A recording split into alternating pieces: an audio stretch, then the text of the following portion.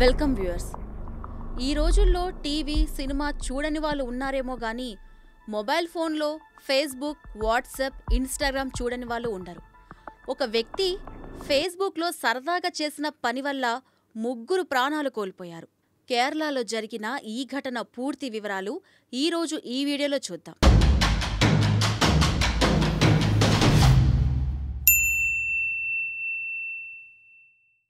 ఇలాంటి మరిన్ని interesting videos కోసం మన స్పాట్ ఛానల్ని వెంటనే సబ్స్క్రైబ్ చేసుకోండి. కేరళలోని కొల్లం జిల్లాలో విష్ణు కుటుంబం నివసించేది. 10వ తరగతి పాస్ అయిన విష్ణు తర్వాత ఐటీఐలో చేరి కోర్స్ కంప్లీట్ చేసి పనిచేయడం ప్రారంభించాడు. విష్ణు తన అన్నయ్య రంజిత్, వదిన ఆర్యాలతో కలిసి నివసించేవాడు. రంజిత్ తన మేనకోడలు గ్రీష్మ స్నేహితురాలైన ఆర్యాని ఇష్టపడి పెళ్లి చేసుకున్నాడు. గ్రీష్మకి రంజిత్ భార్య ఆర్యాతో పాటు రేష్మ అనే ఇంకొక స్నేహితురాలు కూడా ఉంది. వీళ్ళ ముగ్గురు ఒకే వయసు వాళ్ళు, ఒకే స్కూల్లో కలిసి చదువుకున్నారు. రేష్మ, ఆర్య, గ్రీష్మలను కలవడానికి తరచుగా విష్ణు ఇంటికి వచ్చేది. ఇలా వస్తూ పోతూ ఉన్న క్రమంలో రేష్మను విష్ణు ప్రేమించడం మొదలుపెట్టాడు. తన వదిన ఆర్య ద్వారా రేష్మకి ఈ విషయం తెలియజేశాడు. తన స్నేహితురాలికి తోటి కోడలుగా వెళ్లవచ్చు అని సంతోషంగా రేష్మ ఈ పెళ్లికి ఒప్పుకుంది. 2017లో విష్ణు రేష్మని వివాహం చేసుకున్నాడు. వివాహమైన కొన్నాళ్ల తరువాత రేష్మ, విష్ణులకు ఒక కూతురు జన్మించింది. కొన్ని రోజులకి విష్ణు కుటుంబంలో గొడవలు మొదలయ్యాయి. కేవలం ఆ ఇంట్లోకి స్మార్ట్ ఫోన్ వచ్చి చేరడంతో ఈ గొడవలు మొదలయ్యాయి. స్మార్ట్ ఫోన్ కొన్న వెంటనే రేష్మ దానిలో మునిగిపోయి కుటుంబ పనులు పట్టించుకోవడం మానేసి చివరికి కూతురిని కూడా పట్టించుకోకుండా మొబైల్కి బానిస అయ్యింది. రేష్మ ప్రవర్తన విష్ణుకు అస్సలు నచ్చలేదు. విష్ణు ఎంత వద్దని చెప్పినా మొబైల్లో మునిగిపోవడంతో వాళ్ళిద్దరికీ తరచుగా గొడవలు మొదలయ్యాయి. అదే సంవత్సరంలో కరోనా రావడంతో విష్ణు ఉద్యోగం పోయింది. విష్ణు పరిస్థితి మరింత దిగజారి తన ఇంటిని అమ్మాల్సి వచ్చింది. ఇల్లు అమ్మిన తర్వాత విష్ణు తన భార్య రేష్మను ఆమె పుట్టింటికి తీసుకెళ్లి ఆమెతో పాటు తను కూడా అక్కడే ఉండసాగాడు. జనవరి 5, 2021 రేష్మ తండ్రి సుదర్శన్ పిల్లై సమీపంలోని ఆలయానికి పూజలు చేయడానికి వెళ్లాడు. ఆలయం నుండి తిరిగి వస్తుండగా దగ్గర్లోని పొలం నుండి ఏదో శబ్దం వినిపించింది. అతను చుట్టూ చూశాడు, కానీ ఏమీ కనిపించలేదు. ఆ తర్వాత ఆ శబ్దాన్ని అనుసరించి కొన్ని అడుగులు ముందుకు వెళ్లాడు. అప్పుడు అతనికి కనిపించిన దృశ్యం చూసి అతను షాక్కి గురయ్యాడు. సమీపంలో ఎండిన ఆకుల కుప్ప కింద నుండి ఎవరో నీరసంగా ఏడుస్తున్న శబ్దం రావడం విన్నాడు. వెంటనే దూరంగా నడుస్తున్న తన అల్లుడు విష్ణుని పిలిచి ఆ విషయం చెప్పి తన చేతులతో ఆకులను పక్కకు తీసి చూశాడు. ఆకుల కుప్ప కింద అప్పుడే జన్మించిన ఒక ఆడ శిశువు ఉంది. విష్ణు వెంటనే ఆ బిడ్డను అక్కడి నుండి చాలా జాగ్రత్తగా ఎత్తుకొని ఆ బాలికను ఆసుపత్రిలో చేర్చి వెంటనే పోలీసులకు ఈ విషయం తెలియజేశాడు. ఆసుపత్రికి తీసుకొచ్చేటప్పటికీ శిశువు పరిస్థితి క్షీణించి ఆమె మరణించింది. ఈ పని చేసిన వారి కోసం పోలీసులు వెతకడం ప్రారంభించారు. ఆ బిడ్డ ఎవరిదో తెలుసుకోవడానికి వైద్య బృందం గ్రామంలోని సమీప ప్రాంతాలలో నివసిస్తున్న యువతీ యువకుల డిఎన్ఏ నమూనాలను సేకరించింది. విష్ణు, రేష్మల డిఎన్ఏని కూడా వాళ్ళు సేకరించారు. కొన్నాళ్లకి అబుదాబిలో ఉద్యోగం సంపాదించాడు విష్ణు. కూతుర్ని జాగ్రత్తగా చూసుకోమని చెప్పి అబుదాబికి వెళ్లిపోయాడు.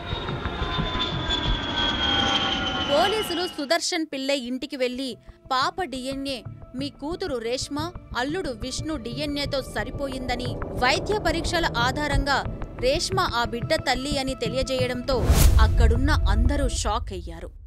22 జూలై 2021న పోలీసులు రేష్మను అరెస్టు చేసి ప్రశ్నించారు. తానే ఆ బిడ్డకు జన్మనిచ్చానని రేష్మ ఒప్పుకుంది.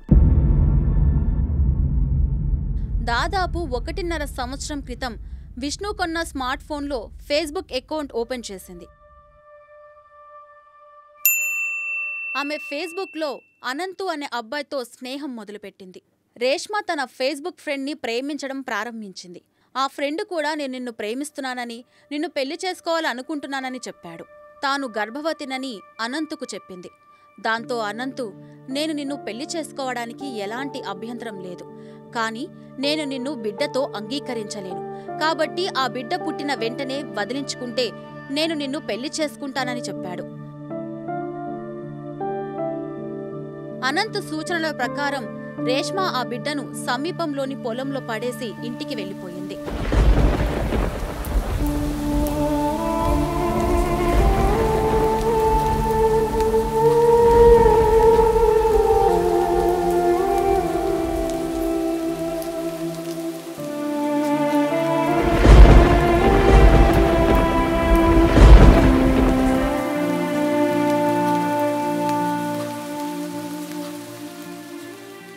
పోలీస్ సైబర్ సెల్ అనంత్ అనే వ్యక్తి ప్రొఫైల్ను కనిపెట్టడానికి ప్రయత్నించింది.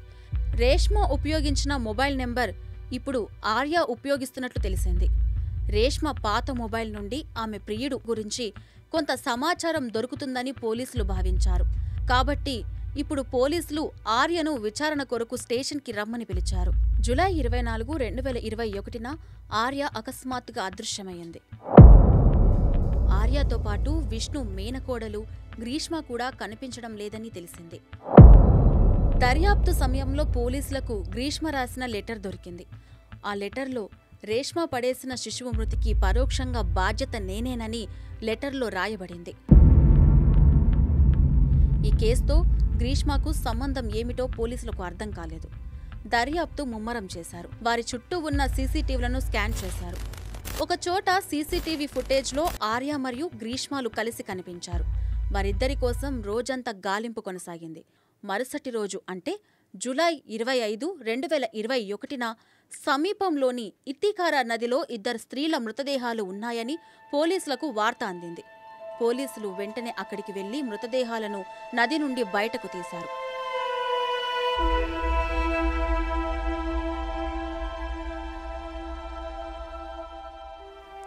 ఈ 2 స్త్రీలను ఆర్య మరియు గ్రీష్మగా గుర్తించారు. పోలీసుల విచారణలో గ్రీష్మ అనంత్ పేరుతో నకిలీ ఫేస్బుక్ ఐడి సృష్టించి రేష్మతో జోక్ చేయడానికి ఫ్రెండ్ రిక్వెస్ట్ పంపించిందని, ఆమెతో అనంత్ పేరు మీద మాట్లాడడం ప్రారంభించిందని తెలిసింది. కొన్ని రోజుల తర్వాత గ్రీష్మ తన పెద్దత్త ఆర్యకు కూడా ఫేస్బుక్ అకౌంట్ గురించి చెప్పింది. అప్పట్నుండి ఆర్య మరియు గ్రీష్మ కలిసి రేష్మతో ప్రేమగా మాట్లాడుతూ 1 నెల పాటు అనంతులా ప్రేమించినట్టు నటిస్తూ ఉన్నారు. రేష్మ అనంత్ను పిచ్చిగా ప్రేమించింది.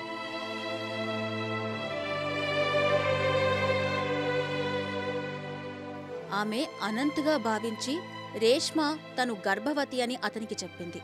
దానికి అనంతులా చాట్ చేస్తున్న గ్రీష్మ, నువ్వు నన్ను పెళ్లి చేసుకోవాలంటే బిడ్డ పుట్టిన వెంటనే ఆ బిడ్డను చంపేయాలని చెప్పింది.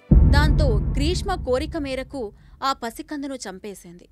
రేష్మ అరెస్టైన 2 రోజుల తరువాత ఆర్య కూడా విచారణకు హాజరు కావాలని పోలీసులు అడగడంతో ఆర్య మరియు గ్రీష్మ ఇద్దరూ చాలా భయపడ్డారు. ఆ శిశువు హత్య కేసు తమపై పడుతుందని వారు భావించారు. ఈ భయంతోనే ఇద్దరు నదిలో దూకి ఆత్మహత్య చేసుకున్నారు.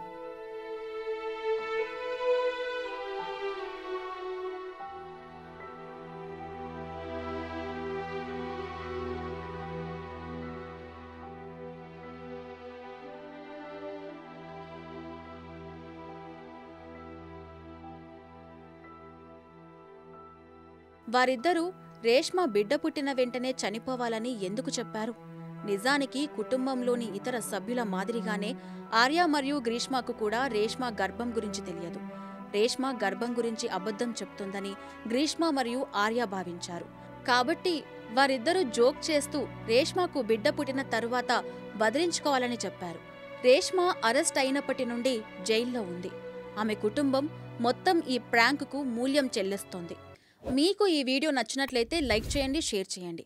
మరొక ఇంట్రెస్టింగ్ స్టోరీతో నెక్స్ట్ ఎపిసోడ్లో మళ్ళీ కలుసుకుందాం. Until then bye.